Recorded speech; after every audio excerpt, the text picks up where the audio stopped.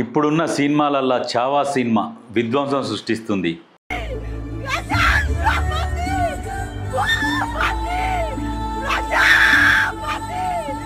కాకపోతే కొన్ని వర్గాలకు చెందిన వాళ్ళు ఏం చేస్తున్నారంటే చావా మూవీని నిలిపివేయాలి అని చెప్పేసి.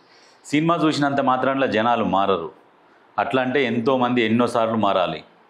కాకపోతే ఇంట్లో ఏ వర్గానికి వ్యతిరేకంగా అనేది ఏం లేదు. జరిగిన సంఘటనల ఆధారంగా తీసిన సినిమా. మరాఠా యోధుడు ఛత్రపతి శివాజీ మహారాజ్ వారసుడు ఛత్రపతి సంభాజీ మహారాజ్ స్టోరీ ఇది.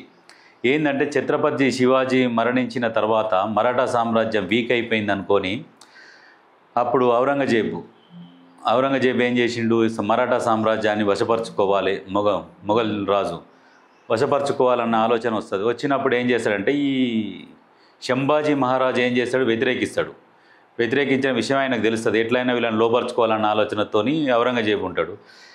అప్పట్లోనే ఢిల్లీ చక్రవర్తులు ఏం చేసిర్రు, మరాఠా సామ్రాజ్యం మీద దాడులు చేసి వాళ్ళ దగ్గర ఉన్న సంపద కొల్లగొట్టుకొని తీసుకొని పోయారు. ఆ ఢిల్లీ చక్రవర్తుల మీద కూడా సంభాజీ మహారాజ్ దాడి చేసి ఏమైతే తీసుకుపోయినారో అన్నీ మళ్ళీ తీసుకొచ్చుకున్నాడు. ఇట్లాంటి స్టోరీ అది. దాంట్లో ఏమున్నది, ఏం జరిగింది అనేది యథార్థ సంఘటనల ఆధారంగా తీసిన సినిమా. అయితే ఈ విషయం ఔరంగజేబుకు తెలుస్తుంది, ఢిల్లీ చక్రవర్తుల మీద దాడి చేసింది.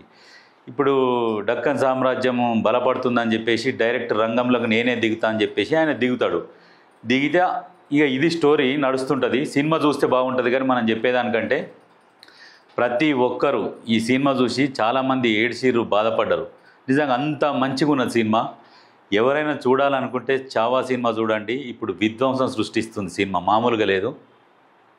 చూడండి, మీకు అర్థమవుతుంది, చెప్తే అర్థం కాదు.